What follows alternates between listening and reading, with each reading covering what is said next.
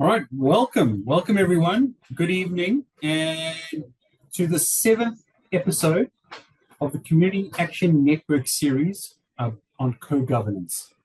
We host these sessions monthly and on the last Wednesday of every month.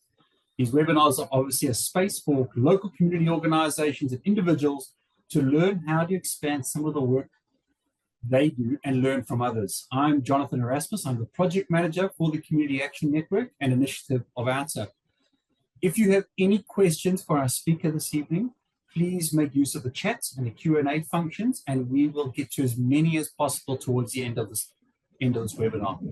Please also take the time to introduce yourself in the chat and say which part of the country you're from, and even if you represent a community organization, to mention which organization that might be.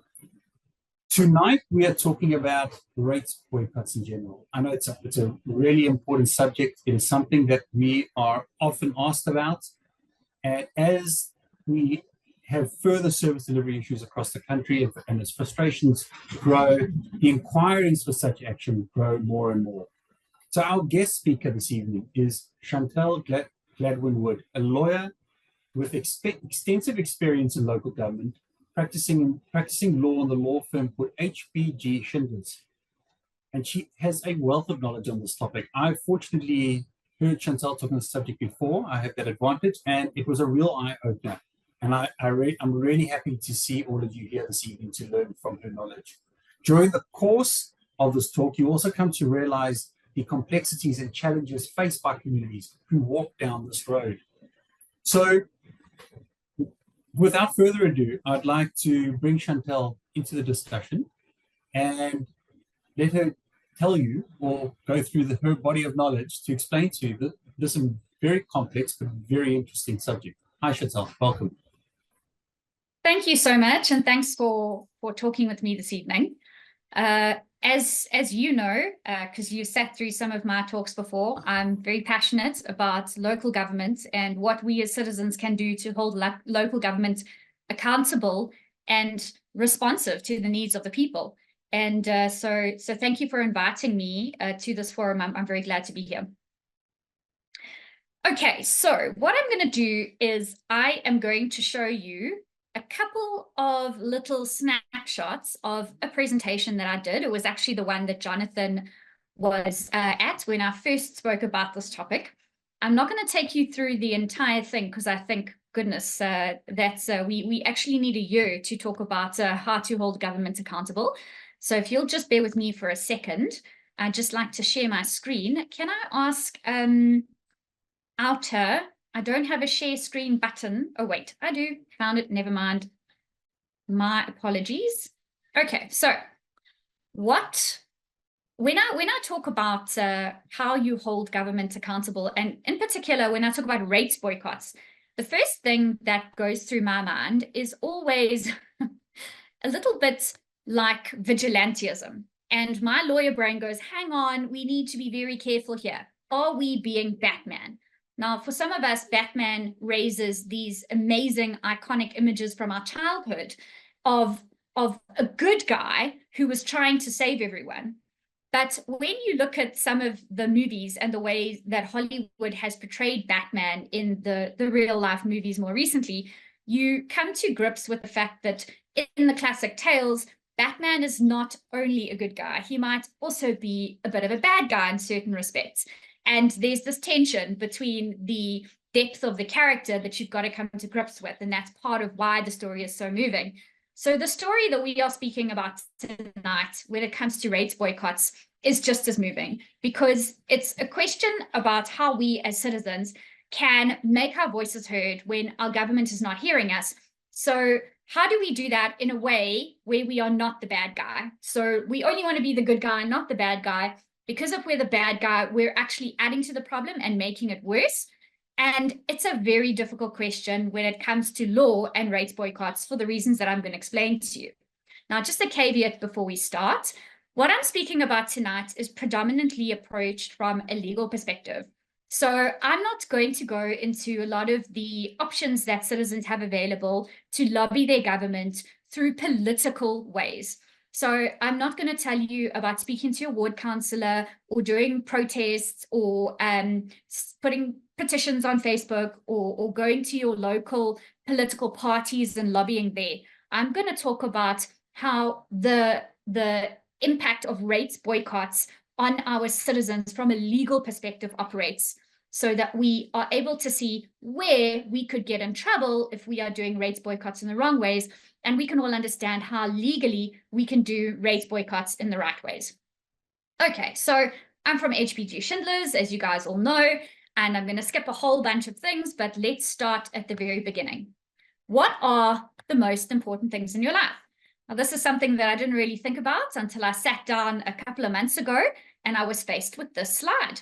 And I really had to think, you know, is it the house, the roof over my head that gives me and my family security and safety from criminals or from the elements?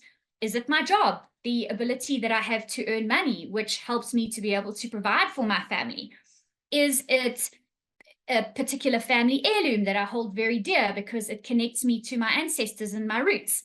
And when I started thinking about this, I arrived at a very interesting conclusion. So these couple of things on the screen are the things that I highlighted as the most important things in my life, or that I thought were the most important things in my life.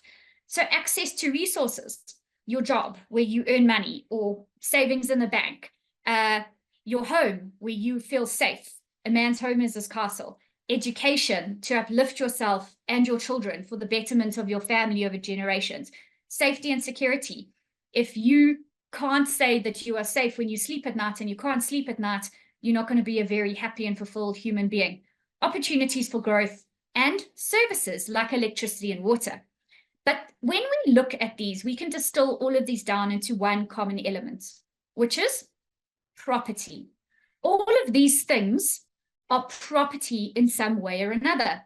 And in law, even access to resources or opportunities for growth, licenses, permits, rights, amounts of money that are owed to you, book debts, shares in a company, all of these things have a value. Someone can put a monetary value on them, and therefore they count as property. So at the end of the day, when we talk about what are the things that we need to be fulfilled as human beings, a lot, but not all. You know, obviously there's dignity and equality and the right to freedom of occupation and those other kinds of rights, which are in the Bill of Rights. I'm not talking about them now. But a lot of the grassroots things that we need as humans to be fulfilled and happy and safe comes down to property. So when we think about where we live in South Africa, I doubt that there are very many people who would be able to stick their hand up and say, I am entirely happy with my government. I believe the municipality is doing a great job. I feel safe where I live.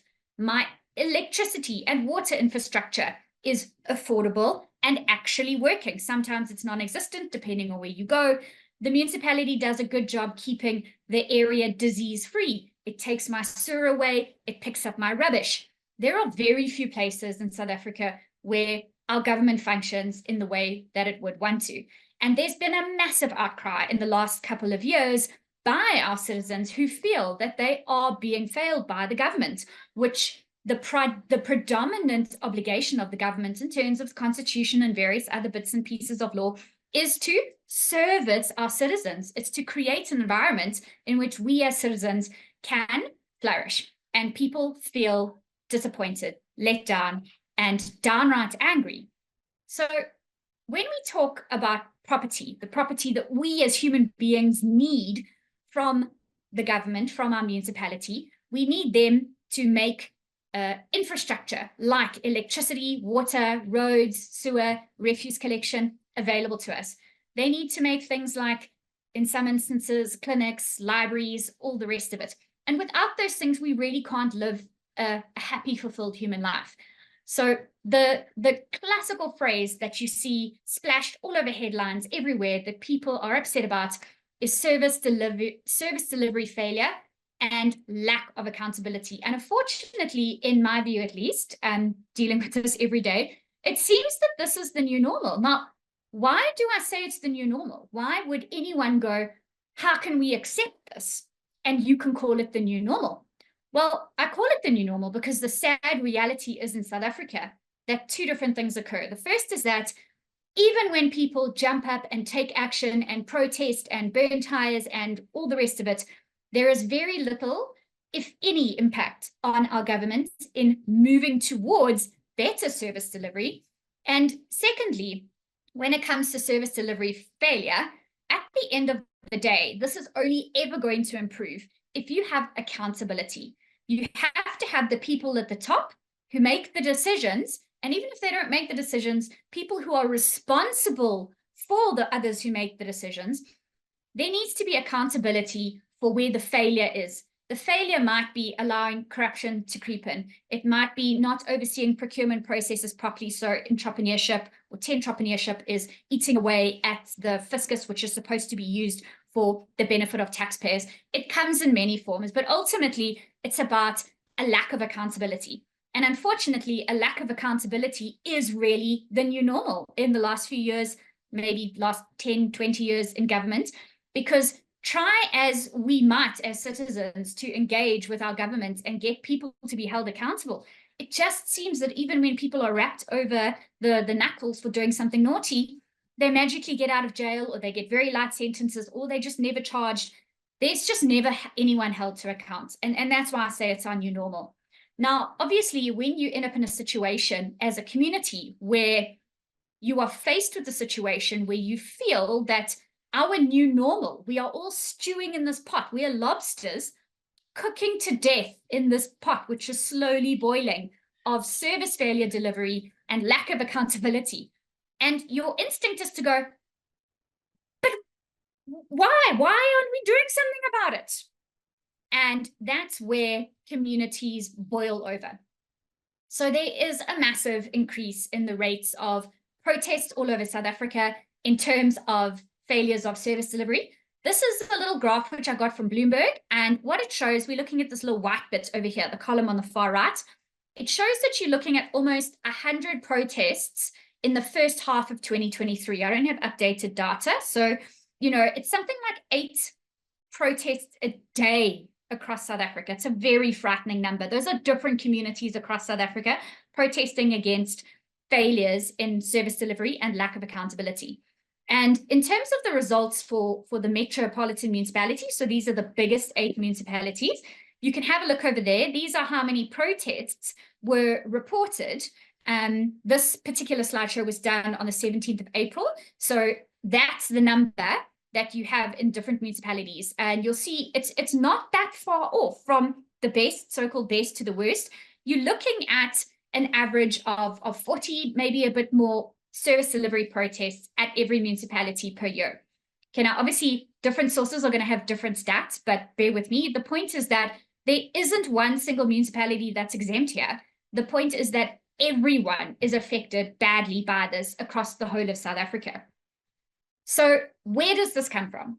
This is an interesting extract that I got from the Public Servants Association publication, which is called The Challenge of Service Delivery in South Africa. The reference is on the slides if anyone wants it. But what I thought that they did is captured what our communities and what our ratepayers and our citizens are feeling and why we are boiling over. So they say the lack of trust, number 1, combined with anger over poor service delivery, 2, and a lack of engagement with communities, that's a lack of responsiveness, 3, has fueled a growing number of protests. Then a little bit later on, they talk about the cause. And it's basically just a reiteration of those same factors, but added in there is perceptions of corruption. So it really boils down to the fact that we do not trust our local government, our municipalities, when it comes to them having to provide services to us and the accountability for their failures to do so. Now, I'm going to ask you guys a question. If you went to Pick n Pay and you bought a packet of chips and you got home and you opened that packet of chips and it was rotten inside, you would likely not trust the brand anymore, lack of trust. You would be angry. You would want to do something about it. Maybe, okay, maybe not for a packet of chips. Maybe you guys are very chilled. I don't know, maybe if it was a car that you bought and it didn't work, it would be a little bit more, anger inducing than a packet of chips, but you get the point here. And if you went and you complained to the manufacturer and you said, hey, I spent all this money and I drove all the way home and I couldn't enjoy my car or my packet of chips, and I want you to do something about it, and they point blank ignored you, you would then be even more angry at the lack of engagement and the lack of accountability. And this is where our communities start boycotting.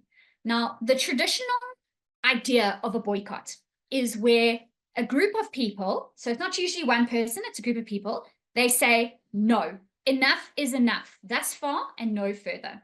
And then they express their dissatisfaction with the current status, whatever that may be, by doing something in protest. Now, you get a lot of different kinds of protests. So you get your typical holding signs and placards and marching outside a mayor's office with a message, or you get what they call the poo protests. I don't know if you guys have heard of that.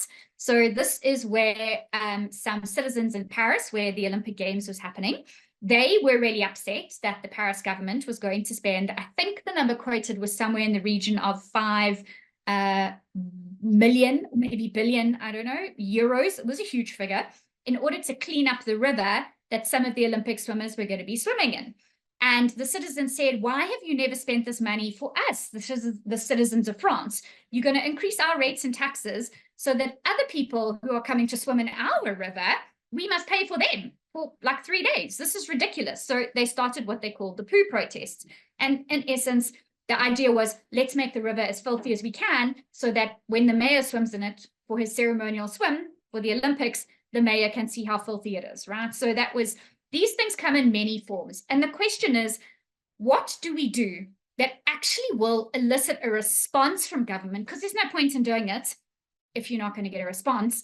And secondly, what can we do that we can do safely without a risk to us from a legal perspective? So it's a nice idea to go and stand and be part of a march, but sometimes these things turn violent. You may be injured, or you may be arrested and charged, even if you were an innocent bystander. So there are risks to protest. So we're going to talk a little bit from a legal perspective about what your options are and what they aren't when it comes to boycotts in respect of service delivery failures. Right, so what is a rates boycott? Everybody talks about rates boycotts. Okay, so your classic rates boycott is where people don't pay. So the form of protest that they use to indicate to government, thus far and no further, is by not paying. Now, the word rates in South Africa is usually thought of as just being property rates. So that's one type of rates, and that's the amount of money that you get charged every month if you own a home. Okay, that's very different to other types of municipal charges like electricity and water, where you might get a bill from the municipality if you use those services, and it's not connected to you owning a house. If you're a tenant, for example, and you live there, you can still get a bill from the municipality. So people distinguish different kinds of municipal charges, and they think about all of these different charges being completely isolated. So they think of rates being different to electricity, being different to water. Now, this is a very, very important concept when we talk about a rates boycott, because it's one of the central reasons why rates boycotts are very bad for citizens to undertake. So let me explain more. We're going to start by looking at examples of failed rates boycotts, because it's usually harder to explain what a good or a successful rates boycott is or will be than it is to say what a bad or unsuccessful one is. So let's learn from the errors of the pioneers, whom I respect very, very much, those people who have gone before us and have tried to protest, but unfortunately have failed. So let's, with respect to them, learn lessons that we can take forward to arm ourselves and our communities with the legal knowledge we need to conduct meaningful and successful rates boycotts that don't put citizens at legal risk. Right, so the first interesting case I want to talk to you about is the Constitutional Court case of Mrs. Rademan. So Mrs. Rademan was in Potchefstroom, and she was a bit upset about poor service delivery. So she said, I am not paying my rates. That's my property rates, the invoice you get connected to your ownership of your house. So she said, I pay my electricity, my water, my sewer, my everything else, but I'm not paying my rates. So in her mind, she separated these charges, and she said, I'll pay for the things I consume, my electricity and my water, because I know I've used them. The service was delivered, I'm paying for it, but I'm not paying for rates because rates go straight to the government and I'm showing my dissatisfaction. So poor Mrs. Rademan got cut off by the municipality because she didn't pay part of her bill. And she said, you can't cut me off because I paid my electricity. And the municipality said, well, actually we can, because these services are not disconnected. They are actually all charges which go into one big pot because they're all connected to the same property. And it's like a giant stew. You can't say, I am not going to, I won't be cut off if I haven't paid my rates, but I have paid my electricity because they're all part of the same stew. So the pot, the stew, is affected because you haven't paid your rates. Therefore, it's all connected to the property. We can cut you off. So all of these amounts get consolidated all together in one big pot, and they're not separate amounts.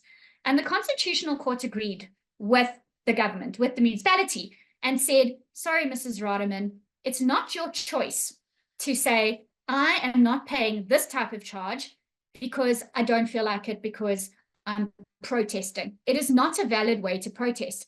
You have a million other options to you. I might have mentioned some earlier: political lobbying, petitions on Facebook, going to your ward councillor, all the rest. Those are lawful and valid ways to have your voice heard and express your concerns. But withholding rates and taxes is not a valid way.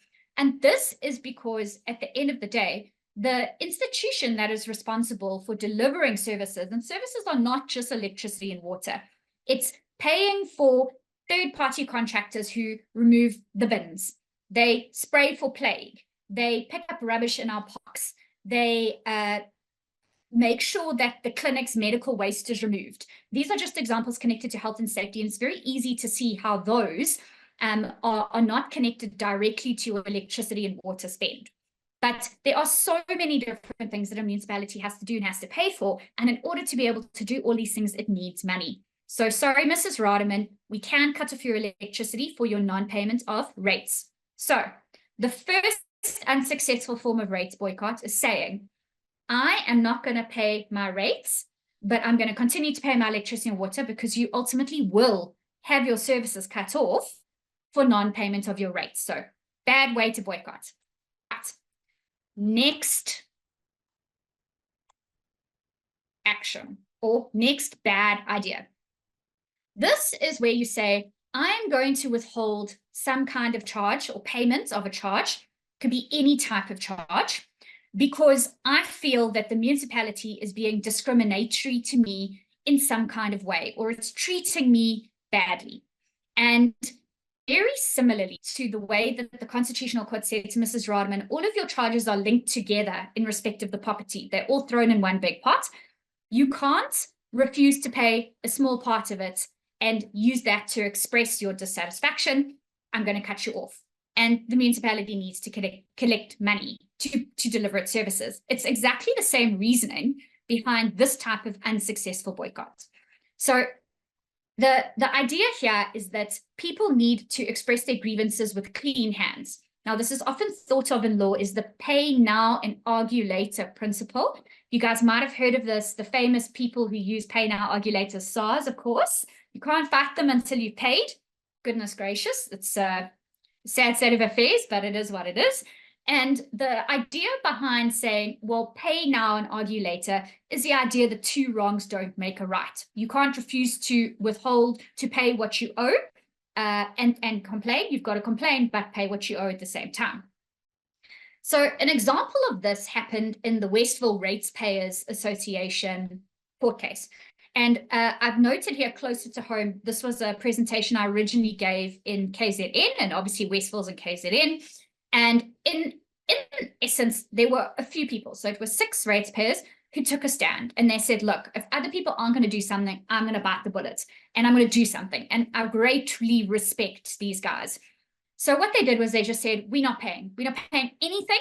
And we are standing up for the other ratepayers in our association who have all logged their disputes, and they are being treated badly and the bills are wrong, and they had a whole list of complaints. So they got cut off by the municipality. They went to court and they said, you can't cut us off because we are airing our grievances. We have a right to freedom of expression. We have a right in terms of all these laws for the municipality to resolve our queries and listen to us. And the court said, no, you don't. So you haven't paid your bills. And people only get that right to have their say and to air their grievances when they've paid their bills. So this is not a successful rates boycott. So withholding a small number of people, or even if it's a large number of people, even if every single person in the Westfield Ratepayers Association had withheld, the court action would have been the same. The outcome would have been the same. Withholding on the basis of the fact that the municipality is just crap in your area is not going to get you anywhere. It's just going to get you cut off and not turned back on. So when I'd just like to mention, there's a huge furore all over the country at the moment with increases. So municipalities all have the same financial year end, and that is the 30th of June every year.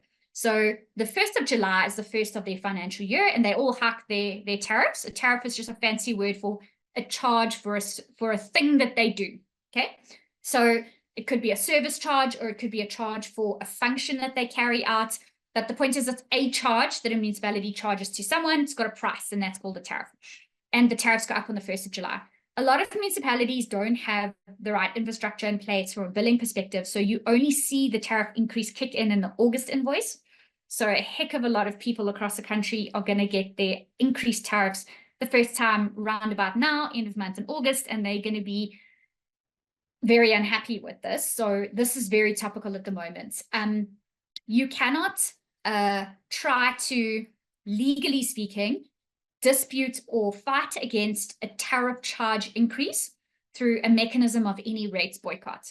So for the reasons that I've mentioned, you are going to end up being cut off and you're not going to be able to get turned back on.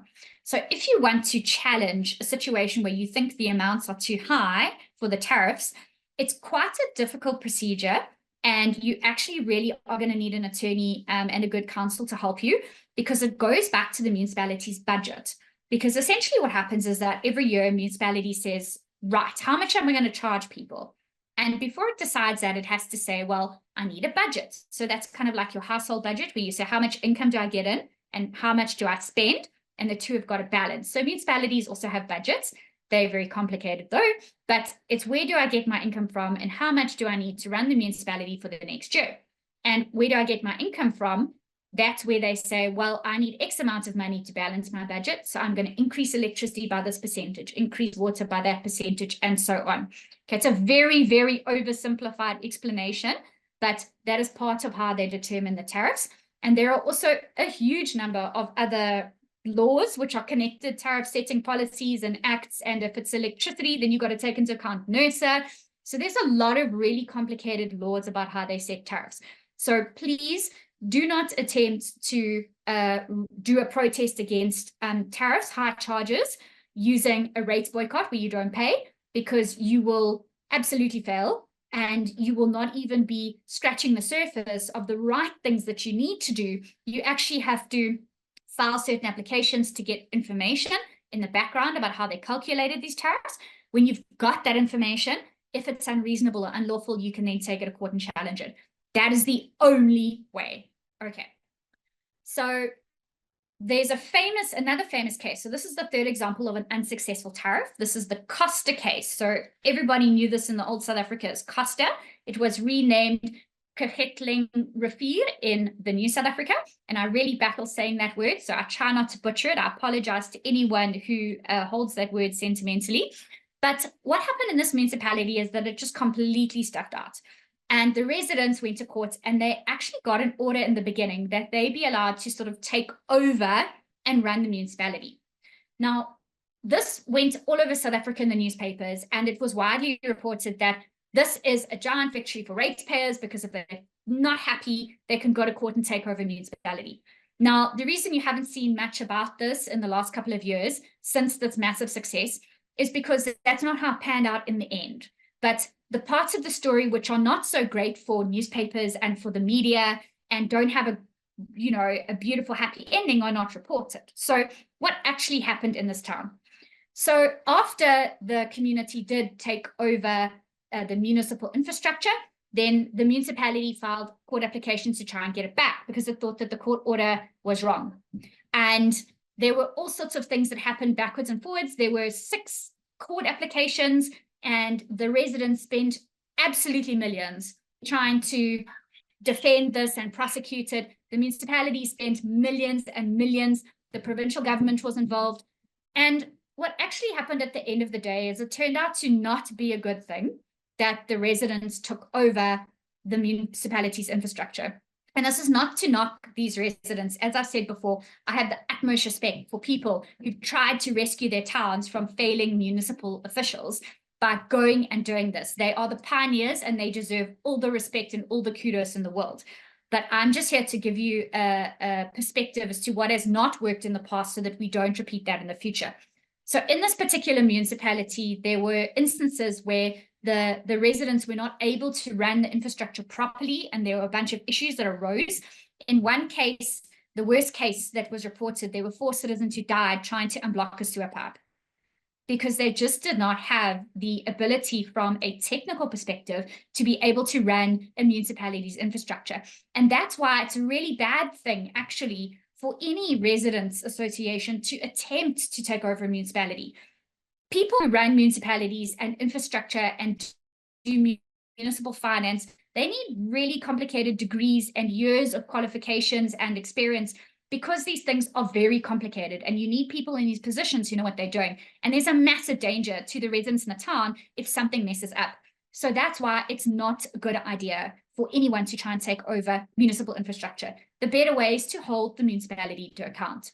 So as I say, a case study in a very good idea in a sort of practical perspective, but at the end of the day, which really didn't work out and which is not recommended, is the Costa River or Khitling Rivier case. Right, so what does a successful rates boycott look like? Well, the first thing we want is we want participatory democracy. It's a big word, big phrase rather. What does it mean? It means you are saying something and someone is hearing you. The question is, how do we get to the point where when we are speaking, they are listening? And if you think at the heart, sorry about this, guys. This is Noah. He's a big fan of participatory democracy. Maybe can you just go to Dad, please? I'm just busy. Thank you. The question here is, where are they? There. Okay, that's. So the big Noah. Sorry, guys. The big question here is, how do we get them to listen? Now, at the end of the day, you have to have an element of trust by the people for their municipal officials.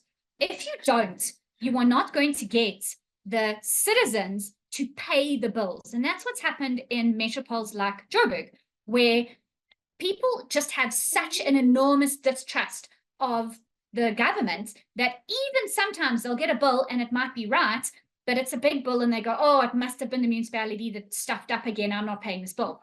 And you end up with a massive culture of distrust. That's something you really don't want. So you have to build trust and foster accountability. They're 2 sides of the same coin. How do we do that? So ideally, we would have a government that complies with all the beautiful tenets of law and all the lovely sayings that come from the American movies about government for the people, by the people. But in reality, that is not what we have.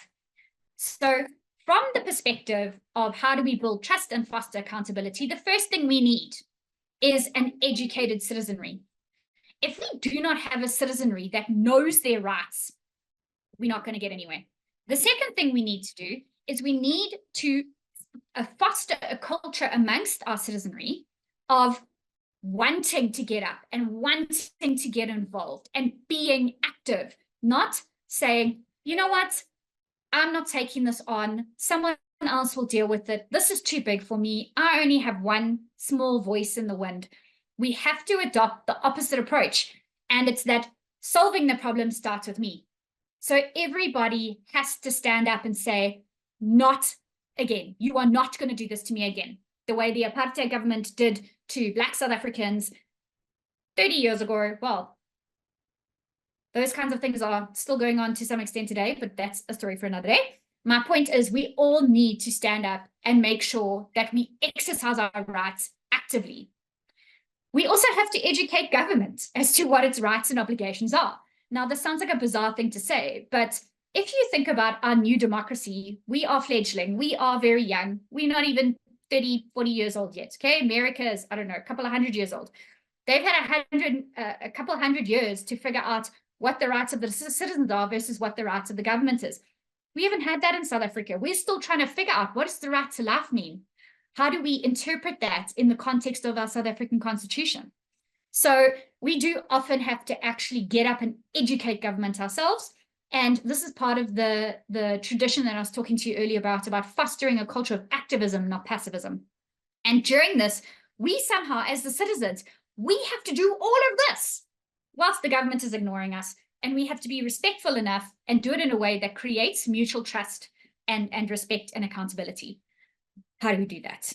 Well, what I can offer you, and this is the best that I've got. So this is a vexed question, which politicians and lawyers and citizens alike have been dealing with for the last 2,000 years. But what can I offer you?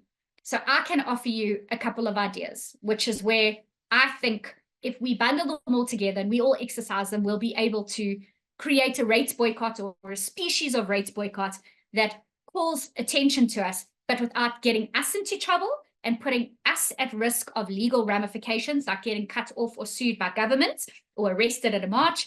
But at the same time, it's done with sufficient respect and trust to create mutual respect so that we can create a culture of cooperation going forwards.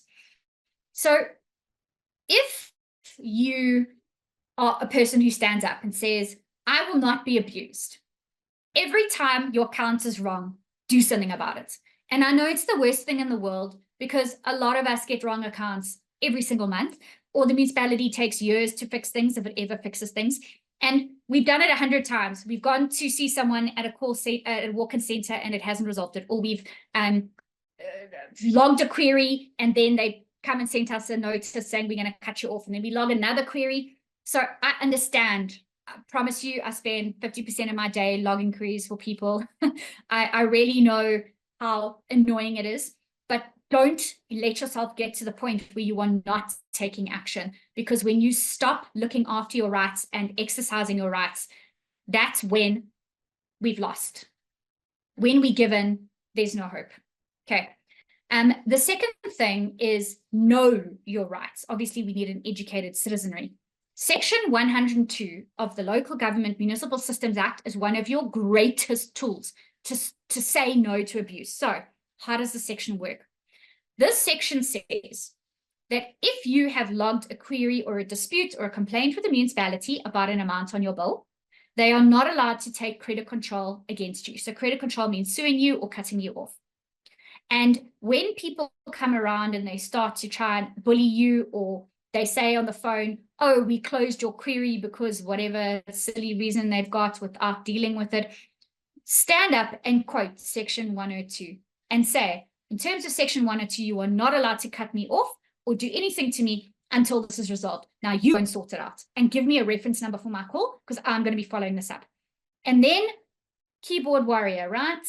Email. It's free. I mean, you've got to pay for your email and your data and all the rest of it, but the email itself hypothetically is free. Go and look on the internet, get the emails of all the high-ups. The municipal manager is your first line of defense, right? So he is supposed to be the guy or she that fixes problems with administration in a municipality. So please address your emails. Make sure the municipal manager in Joburg, his name is Floyd Brink, and if anyone wants his contact details, I'm very happy to provide it. Make sure that he or she is copied into every single email you send if you're not getting any responses. Okay, not very exciting, but it's a start. Stop the abuse and protect yourself. The second thing is, if you know that you are being charged an amount which is wrong, don't pay it. Okay? Now, people always say to me, oh, but if I don't pay it, they're going to come cut me off, and then I'm going to be in a worse position. And my answer to that is, it is easier to get yourself reconnected, even if you have to go through a lawyer who goes to court, where they'll kick the municipality's ass and then you'll get your money back because you'll get your legal costs back. It's easier to do that than it is to pay the municipality the money you don't owe them and hope one day that they're going to pay you back, because they ain't never going to pay you back. Right. And I'm speaking from experience here. I do lots of these applications against municipalities. So don't pay amounts that you don't owe. Don't sign acknowledgements of debt. And how do you protect yourself? You say, you are not allowed to cut me off because I've raised my complaint or dispute. Section 102 protects me. And remember, go back to slide 1. Keep raising your dispute again and again and again so that everyone can hear, and especially copy in the municipal manager. Right. Number 3, take the government on through any available means. Now, this is usually something available to communities rather than one person alone.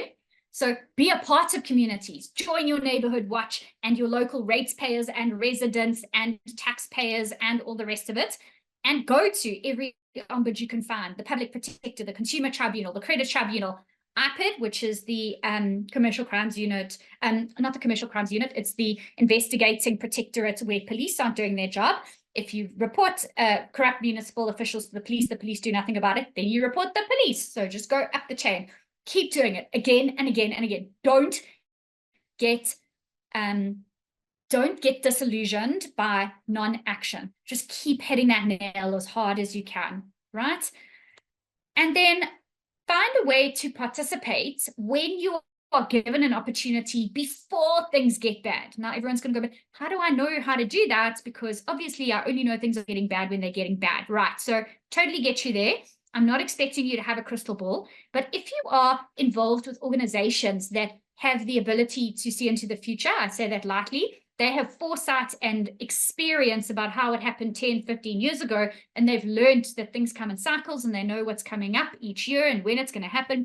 So get yourself in with those guys and watch the boring notices that go out. Municipalities love sending out boring notices because no one reads them, but actually usually they're really, really important. So you read what's happening and you're given an opportunity to have your say. So don't fail to have your say and then complain about it 5 years down the line. Rather, get involved, have your say, make your comments, your objections, do whatever you need to in advance when that opportunity presents to you, because you may be able to change the course of the future. You may be able to stop something happening. A classic example of this is what ATA did with e-tolls. Please, guys, I'm not advocating for you to, as I've said, go and withhold your rates and taxes, because it's not going to turn out the way it did with ATA. But ATA and e-tolls is a very good example of how you take action before it's implemented. You can change the future, right? Then demand openness and transparency. So there are lots of mechanisms that consumers and organizations can use to get information from municipalities or state officials. Under PIA, the promotion of access to information, or PUPI, the protection of personal information, or PAJA, which is the protection of the administration of justice, the 3 Ps, right? You can use these to compel them to give you information you need, and then you use it like a big stick to beat them with. So when you need those documents that you know they have, but they just won't give you because it's going to expose their corruption or maladministration or entrepreneurship, demand it, demand it, demand it. Get it and expose it. And that is the best way to get accountability. Hardly anything ever happens when you report it up the line within government structures, unfortunately, because there's a culture of unaccountability. But when you take it to the media, and especially when it hits social media, you have an opportunity there for zero cost to really make a difference. Just be careful that you don't defame people, because then, you can get sued. Let's not go down that. And demand accountability. I've just said that. Okay. So that is my story. I am going to not talk about personalized cost orders. It's an option. You can hold municipal officials who are naughty personally liable, so they pay the cost instead of the municipality. But I think that's a discussion for another day. That is, in essence, my story. And if anyone has any questions, I'm happy to take it. Thanks, Chantelle. Thank you. That was fantastic. Thank you very much. And whilst you were talking, I went and just went and took a look at the number of service delivery protests that we had in 2024, and Municipal IQ put out another list. As of June 2024, there were 122 protests. The full complement of social protests last year, according to Municipal IQ, was 198, which, judging by its graph, was the third highest number of protests since 2004. So that's a significant number. And as you were talking out, when you kind of mentioned Westville, I thought, well, let me just see what the city said at the time.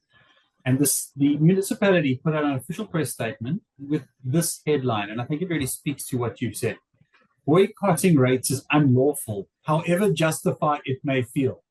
And in their statement, they talk to exactly these points. With the current tough economic climate, leading the poor to boycott rates may feel justified, but the law is clear that non-payment for services is unlawful. And I think that's quite important. It obviously talks that this has been reinforced by the Constitutional Court, as you spoke about in the Roderman case. And what I've found, and perhaps what I found really interesting in this, is the Section 102 of the Municipal Systems Act. This seems to be both a blessing and a curse at the same time. I think the first point of it really talks 102.1a really talks about the consolidated bills, and then 102.1.c talks about debt collection, and also 102.2 talks about debt collection. So if in a perfect world, could we change that? I mean, do you think what the first part about the consolidation of the bills is something that could be challenged? I mean, is that kind of fair and justified to say, so is that justified that you may be buying 3 different products and they just throw it into one bill? I suppose I'd use the example of when you go to ShopRite Checkers, you don't pay for each and every single item individually as it's going through the till. You rather pay like a bulk. But do you think that could be changed in any kind of essence? And do you think it would be a court challenge, or do you think there would have to be something done by a legislator? And I think we may have just lost Chantelle very briefly, but she will be back. So wanted just to bring you all back, folks. We were just talking about Section 102 of the Municipal Systems Act. Chantelle's back in the room. So yes, I'm so sorry. The question was, do you think we should be able to change Section 102 and specifically around the consolidation of bills? And if such a change could be effected, do you think it could be done either through a court, through a legal proceeding, or would it be best left up to the legislators to make that change? So I can actually answer the second part first because it's an easier answer. It cannot be changed through the courts. We have this thing called separation of powers, and the idea is that you've got 3 branches of government: the legislature, the executive, and the judiciary, and they may not interfere in each other's spheres unless there are very, very exceptional reasons. Now, a court can't make law. It can only apply and interpret law. So we can't change Section 102.1 or 2 through the courts unless some challenge was brought.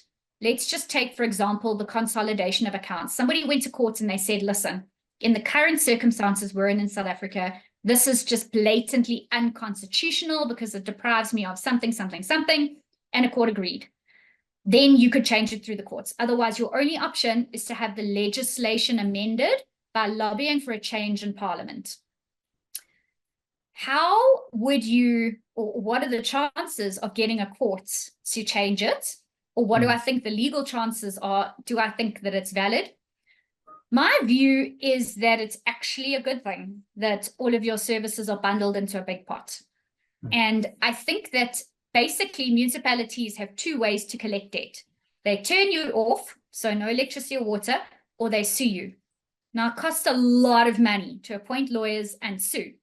And it takes a long time. On average, you're looking at, it depends, but anything from 6 months to 2 years, during which time the debt is racking up. And it's a very, very expensive process. And so even at the end of the day, when they get money, they've paid a lot in costs to get that money.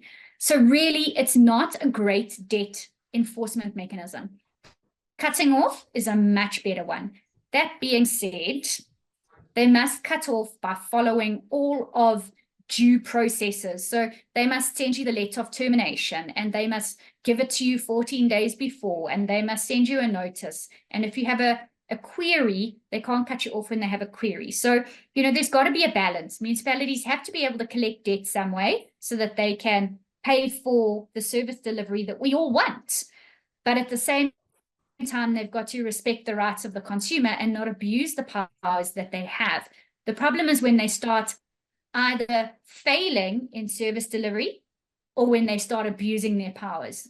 But we mustn't be upset with parts of the law that are working because other parts of the law are not working. Yeah, and I think this issue of payment seems to be a kind of a issue. It keeps on coming up. Is our system fit for purpose? Is the way that we collect rates and the way we pay rates, is it fit for purpose? And is it fair? And I think the question of fairness, I suppose that's always going to be a discussion open to interpretation. So, and just to kind of carry on with that line, we've got some questions that have come in. When you have a system like load shedding or water cuts due to maintenance, how can you challenge network and service charges for a lack of delivery when a person's consumption charges are lower because they couldn't use as much? So, I mean, are there other mechanisms to challenge network and service charges? Is that something that's come across your desk? So it depends in what context.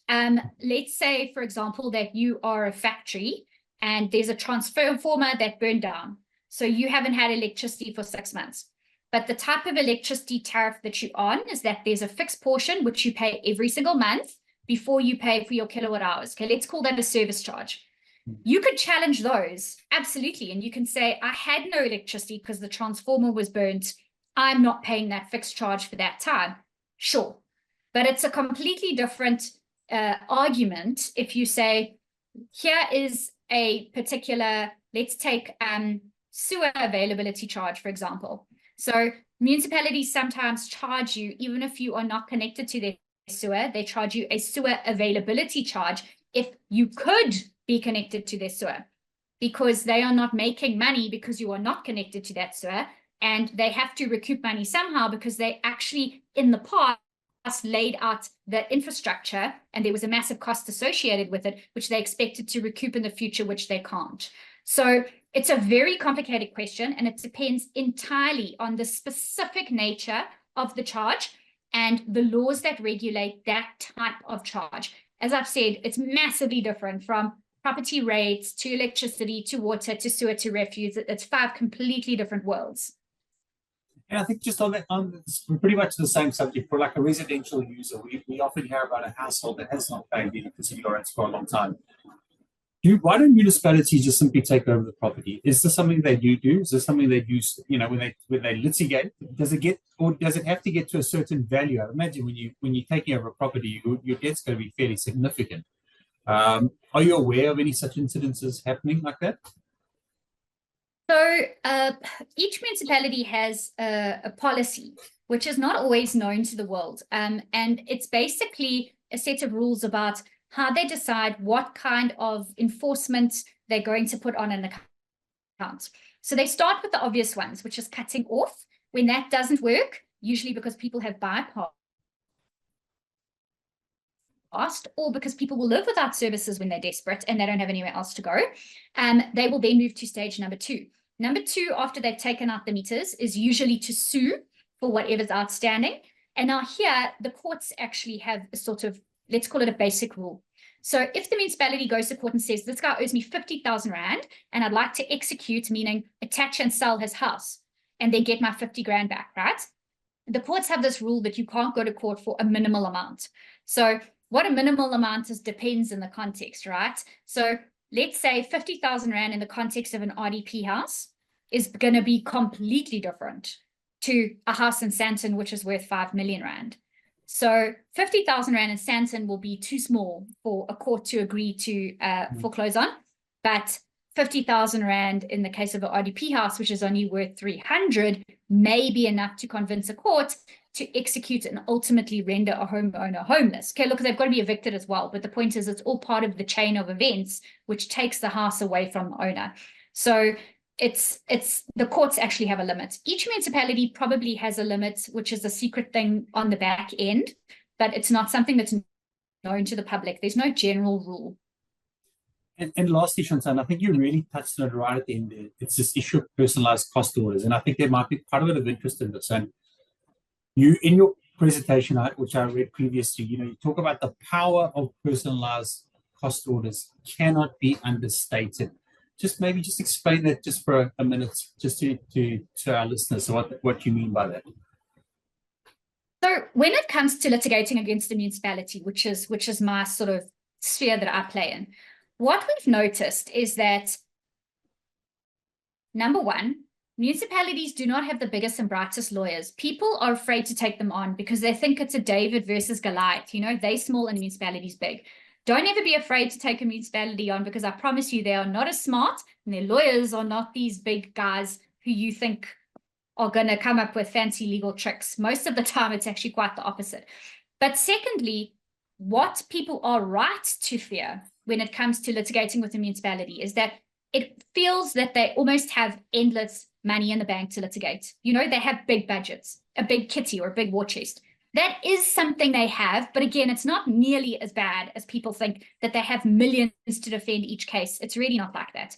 What ultimately this personalized cost order idea is it to take the skin off of the municipality's knees, in essence, because when you litigate against a municipality and you win, you get a cost order, which gives you money back. Okay, so you are compensated for your legal spend, usually not 100%, but that's the first sweetener to the deal. You win, you get some of your costs back. The second sweetener is if you are not paying more rates and taxes so that the municipality can pay all the people who sued it. That's what personalized cost orders stop. So what we ask the court to hold the municipal official liable, the person who has failed or has been corrupt or maladministration or negligence or whatever the case is. We ask the court to make them pay personally. So they failed to do their job or they caused harm, they must shoulder the burden of the cost order. It mustn't come out of the municipality's coffers. The municipality needs to use that money to deliver services to me. And if the municipality pays the bill of every time it loses in court, then none of the municipal officials ever have any reason to try and do better. They're not held accountable. They don't pay. They don't feel the pain. What this does is it makes them feel the pain. So it takes the skin off of their knees. Thank you, Chantelle. Thanks for that kind of finishing note there. And I think that's something for everyone to really take into account, that while Section 102 may be the most prohibiting piece of section of legislation in the Municipal Systems Act, it's also the most helpful. And secondly, yes, there are other ways that we can go about it, and we've just got to think out of the box and really think of how do we hold them accountable and reverse the pressure, put the pressure back on the city council. So I'd just like to obviously thank you, Chantelle, for joining us this evening. This has been a fascinating discussion, and thank you for all your knowledge that you've shared. This webinar will be available within the next 24 hours on our websites. You'll be able to find it at both jobucan.org.za and can.org.za. We'll obviously post it to our YouTube channel, but probably easier to find by our website. Please, when you visit those sites, sign up to our newsletters. That way you'll be alerted of any future webinars that we may be having. We have a webinar every month. Our next webinar in this series is scheduled for the 25th of September. We'll be discussing security and the rights of communities and securing their neighborhoods, which I think is a topic that we've all got an interest in. And specifically, I'm in KZN. We had the looting of July 2021. It is something that we'll certainly be interested in. And finally, if you are looking to get involved in some kind of community activism, one of OUTA's initiatives called WaterCan, which is a water-focused initiative, is distributing free water kits across the country as part of a global water testing campaign happening in September. If you want to take part in this campaign and be sent your kit, please visit watercan.org.za to find out more. And on that note, until next time, thank you and good night, everyone.